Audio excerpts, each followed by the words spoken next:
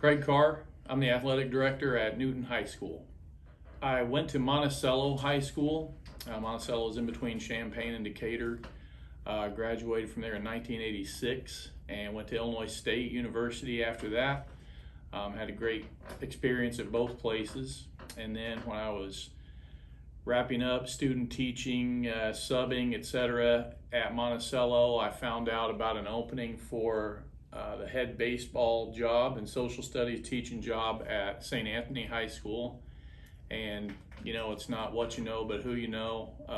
Our head basketball coach at Monticello knew Dave Bartlett from St. Anthony and put in a good word for me, and that worked out. So that was my first job. I did that for 4 years. Went to Rushville, Illinois, because I thought I was ready to be a head basketball coach, and 2 wins and 23 losses later, I realized maybe I wasn't. Wasn't that we didn't have talent, they just didn't have a lot of direction. So that's how I became an elementary school principal. I say that in jest, I actually had a great opportunity to go back to Sacred Heart in Effingham to become a principal. Got to do that while I got my administrative degree. And then came to Jasper County in 2000 and spent the next 15 years here as an assistant principal for Travis Wyatt at Newton Central, as an elementary principal at Grove Elementary and then Newton Elementary when we consolidated, and did some other things, and then decided I was ready to try something different. I actually went back to St. Anthony 5 years ago to be the guidance counselor, and I found out that there was an opening here when Doug retired, Doug Mimoser, as athletic director, so I came back to Newton to fill that role and also be the academic advisor here. So that's what I've been doing for the last 3 years. What type of shoes do you think you've had to fill in order to replace Doug? Big ones, for sure. Ones that were very well known throughout this part of the state and beyond, I'm sure. Doug had a great personality, a great way with people, I think, and it wasn't something that I tried to do just like Doug. I just tried to do it the way I thought was best. I've been an administrator for quite a while, so but definitely, I know that Doug did such a good job here because Newton teams are always respected, stuff in order, done in a classy way. So I certainly didn't want to detract from that in any way. So yeah, it was a big deal to get started, and I think about that a lot, to be honest. First, I had those feelings about leaving St. Anthony after 2 years. That wasn't necessarily the plan. The people at St. Anthony, Greg Fearday, the principal, and everybody were just awesome to work with. I had a great opportunity there. Kids and families were great. I got to get back into coaching there, which is one of the reasons I did that, and had a blast coaching 7th graders there. Made a lot of great connections with families, and that'll last a long time, I think. But the opportunity to come back to Newton, especially in this role as AD, to be in touch with great coaches, great kids, great community, and also to get to continue to coach as a JV basketball coach. It's been a lot of fun. I think, I had been a junior high AD before, so I knew a little bit about how things go when I worked with Travis at Newton Central. And, Doug obviously helped me out. We've got a lot of great ADs in the area that I can lean on. Our conference is outstanding as far as ADs go, and we constantly communicate. So hasn't been too tough, I've got to say, just because of all the support, not only from those kinds of people, but also obviously the administration here, Andy, Beth, our great secretaries, Renee, Mary, and again, a veteran coaching staff that, they know what they're doing. So that helps.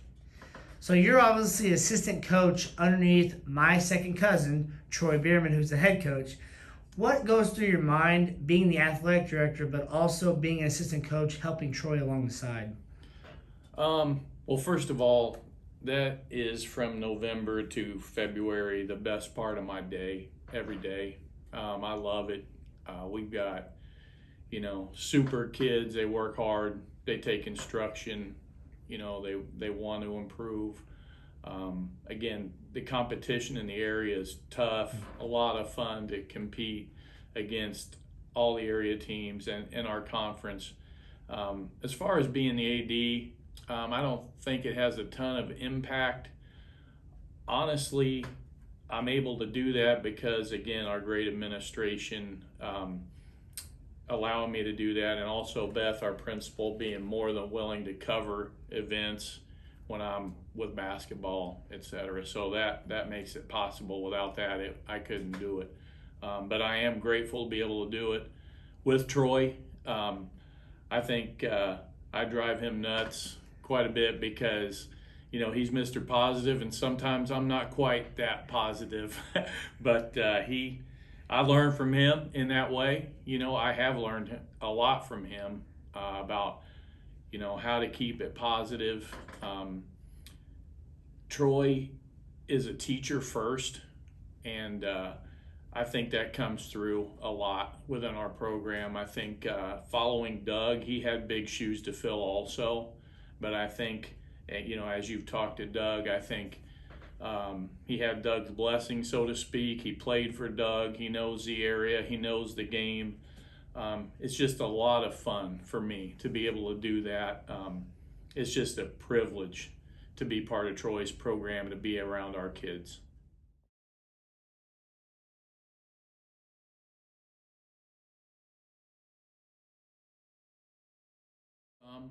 Sometimes I have to come to practice late, leave early, sometimes leave in the middle of practice to take a call or to do whatever might need to be done. And Troy's great about that. He understands. I would love to dig into film and things like that a lot more. I just haven't been able to do that. And without staying up till 2 a.m, which I'm too old for that. But so there are some conflicts. Again, though, with our administration, our super coaching staff, Brad and Amy on the girls' side, they take care of whatever. They don't really need me around much as an athletic director, that's for sure, during that winter season. But I know that me being the athletic director probably is a downside for Troy and his JV coach, because I just cannot give the program as much attention as, say, a typical JV coach might be able to, and that I regret that, but I do my best. Greg, I've covered Newton Eagle football for a couple of years now. I don't get over here as much as I'd like to because there's so much to cover. But when it comes to Friday Night Lights, what is the atmosphere like for you as an AD coming to a football game and seeing everybody here? It's awesome when you get a chance to stand back and take it all in.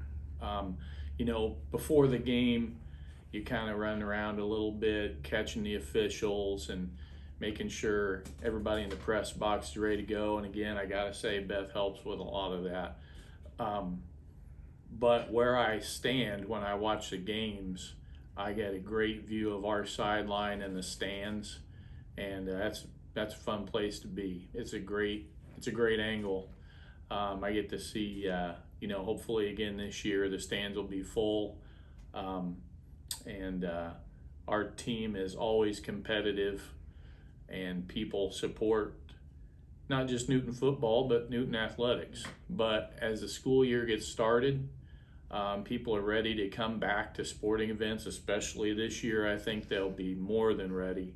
So I anticipate the crowds at our football games and our volleyball games and our soccer matches, tennis, cross country. I think we'll have great crowds at everything like that. So as a fan, you know, which is what I am first. It's just a blast to be able to be at those kinds of events, and the Friday nights at here they're special. Nobody can deny that. That's a fact. In your position, what were some of the things that you dealt with that you never want to deal with again?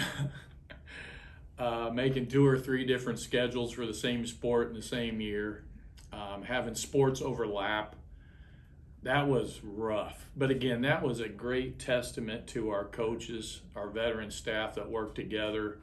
I know kids were doing 2 sports at one time who never intended to dual sport, but they handled it as best they could. The families were patient. I'll tell you again, I mentioned our conference ADs. I think led by our chair, Creighton Tarr, an Eagle alumnus, he got us going as quickly as he could after each IHSA announcement, and we really were fortunate to get out ahead of some other places, I think, when it came to hiring officials by getting our conference schedules together. So again, it goes back to the Little Illini Conference ADs. I think we worked well together to make schedules work within the parameters that the IHSA allowed. As an athletic director, how hard is it these days to find officials for a sporting event, no matter what sport it is? At a young age, you're wanting to get these officials in, but at an older age, you're seeing more older ones than younger ones. Well, I can talk quite a while about this. We are very fortunate in this area to have a lot of quality officials, that's for sure. However, they're getting older, etc. So this isn't just a regional problem, this is a state problem, this is a national problem. And the bottom line is, if there aren't officials, there aren't any games. One of the things that I'm really proud of is in the last 3 years at Newton High School, we've had 7 seniors become licensed IHSA officials. And the IHSA makes a priority to waive their registration fee that first year for seniors. And actually this year, fingers crossed, I think we'll have our first female official at Newton High School, and hopefully for basketball. So I'm really looking forward to that. Because we need young ladies to be officials also. People, I've always thought this, have built up frustration from their day, their week, or whatever, and sometimes they go to the games and they take that as an opportunity to let those frustrations out. And unfortunately, a lot of times it's let out on officials. And that's not only wrong, it's unfair and totally counterproductive. But it takes some vision on a person's part to realize that. You know, you've got people who wouldn't dream of putting on a striped shirt, who feel they've got a right to critique an official's work right to them verbally. And that's I'm not going to sit here and act like I've never gotten after an official, because I have, but I'll tell you what, I learned a lot when I started to hire officials about how counterproductive that is. And people that complain about officials don't complain whenever an official misses a call in our favor. What people need to realize is it all evens out. It all evens out. Refs are going to miss calls. They're human beings. I've officiated baseball for a long time. I know I miss calls, and I take that personally, and so do the officials around here. They'll call later and say, I know I missed that one, or can I see the video? I want to know if I got that one right. And they work really hard. It's an avocation. One of the greatest things about being a young official is the hourly pay. I mean, you can't beat it. It's $30 an hour to be an official, and you can't get a part-time job like that. So I think we have a need to get new officials into the role, but we also have a need to retain those young officials. And I'll tell you, nothing frustrates me more than when you've got a young official on a game and somebody's getting after that kid. Because, again, just totally counterproductive. And, football officials, I mean, my counterparts in the little Illini and in the area are hiring football officials out through 2026. That's a fact. And that's just because it's so difficult to find football officials. Definitely, it's impossible on short notice. People have to move games from Friday night to Saturday afternoon. That's happening more and more with football. I know contests, baseball, softball, have been canceled this past year because couldn't find officials. And it's not for lack of trying. I mean, it's a lot easier now with mass emails, etc. And I know those officials get so tired of getting those emails every single day with places needing somebody. But they take it in stride. They help when they can. I just wish that everybody that goes to a game, when they sit down, would realize how critical the officials are to the whole process. And it's an educational process. If you don't have good officials, the kids aren't going to have a good experience. And that's what we're here for. We're fortunate here in Newton that our administration and our Board of Education continues to raise the rate of pay for officials every couple of years. And I know a lot of places do that, not just because they deserve it, but because we need to stay competitive so that we can hire people. So there's a lot that goes into it. You just got to have a reasonable, level head about things out there, not just fans, but coaches and players too. That's something I'm really proud about with our coaches and our players. You rarely see them question an official. Players at Newton do a super job of maintaining their composure despite whatever calls there may be. I get officials all the time complimenting our kids in the way they conduct themselves toward officials, and I think that's really important, something I'm really proud of. But yeah, you're right, Tyler.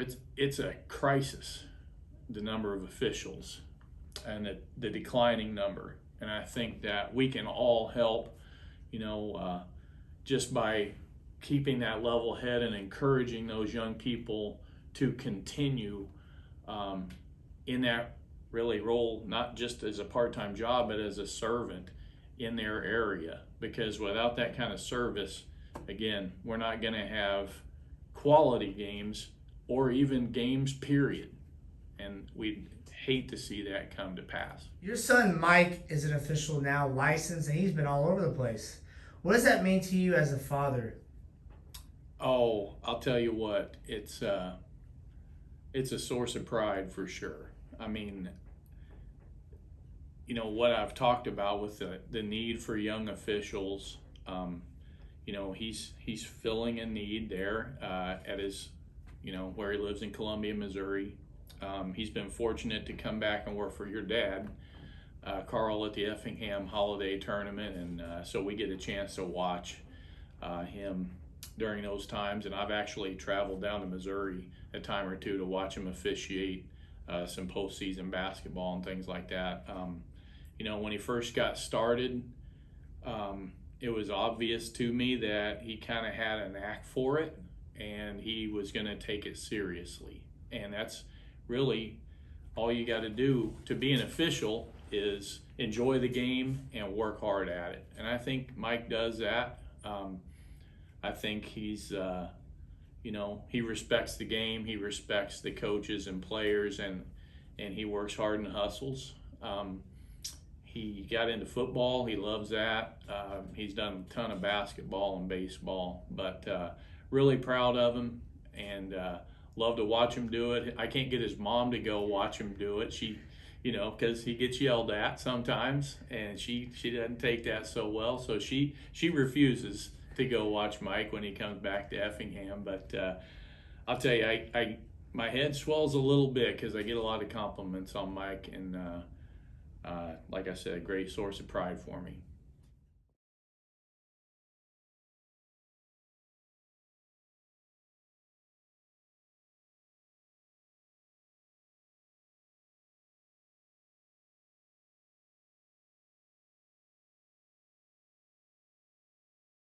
Right off the top is the Olney game a couple years ago here at home. That was a big win for a young coach in Troy, and just a fantastic program at Olney with Coach Flanagan and everything he's done down there. So that was a nice win for us that night. This year we beat Marshall here at home. That was a big win. We've kind of been the kings of coming close a lot. We play a tough schedule, and we've added Teutopolis to our regular season schedule, Effingham. We've played Teutopolis tough the last 2 years here at home and then at their place during this past COVID season. We're trying to get over the hump a little bit more. We've had enough moral victories, I think, and Troy would agree with that. But we've had some memorable games. That first year, even when we won 6 games, we had some tough ones we pulled out toward the end. One against, I remember, St. Elmo at the St. Anthony shootout, Paris at their place. It's a great area for high school basketball, and every night out is an opportunity to make a great memory, and you're either going to do that or you're going to learn how to be better. And it's always fun, but those are the few of the games that stand out.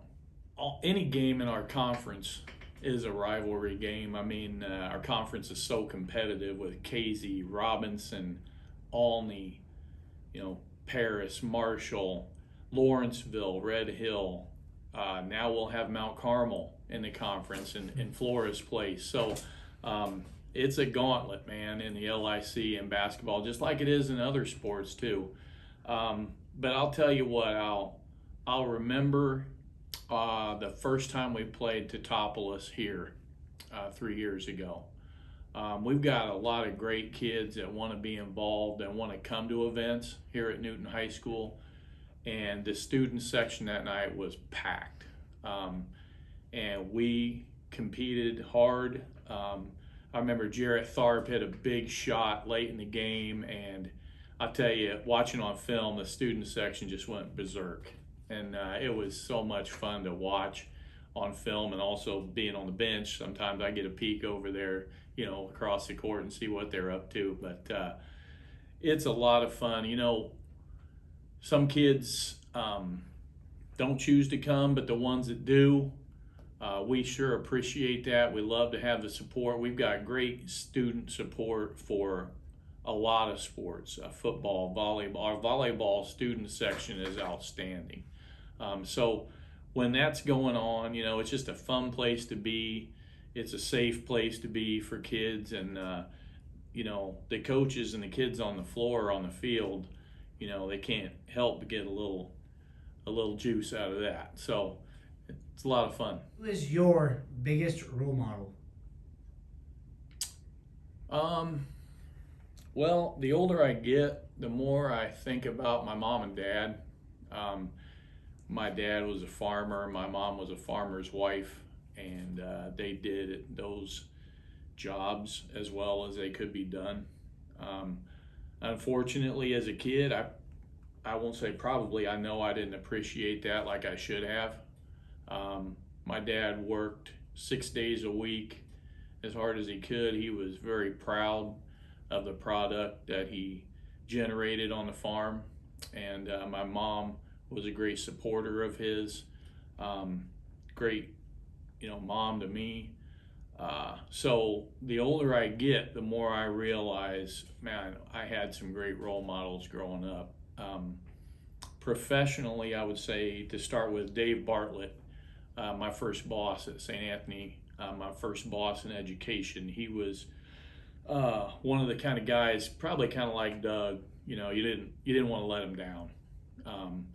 He was behind you all the way, but when you made a mistake, he would let you know that too, and in a constructive way.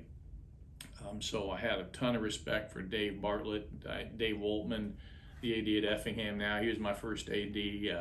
He had to keep me in line a lot as a young coach, knowing the do's and don'ts, and you know how to be a professional. And I really respected that. I think the last one I want to mention, honestly, is Chris Kisnerick. I was fortunate enough to be Chris's JV coach at St. Anthony when I was a principal at Sacred Heart, and I learned a ton from Chris, an ultimate pro, a planner, just an educator. Man, I learned so much from him about how to educate, how to teach, how to communicate, and how to keep things in perspective. If you weren't an AD or an assistant coach, what would you have done instead? I always wish I had taken a year at some point to try to somehow find a spot on the grounds crew at Wrigley Field. I mean, that would be a dream come true. Now, otherwise, any kind of groundskeeping, I was lucky enough to work at our ballpark here in Newton for quite a while. I had a job with the Monticello Parks Department when I was a kid. I've always enjoyed taking care of diamonds and things like that. I'll tell you, a golf course, I know you've got some experience with that. It's a lot of time. It is, but I think it would be a blast to be a groundskeeper at a place that's a classy venue like whatever stadium, whatever golf course. I think that would be a lot of fun. Been at Newton a long time. I don't think a lot of people know about the year I spent at Rushville High School, and I joked about 2 wins and 23 losses later, but I've been so lucky at every stop I've made. I've met some great people. The administration there, my fellow coaches there at Rushville were awesome to be around and to hang with.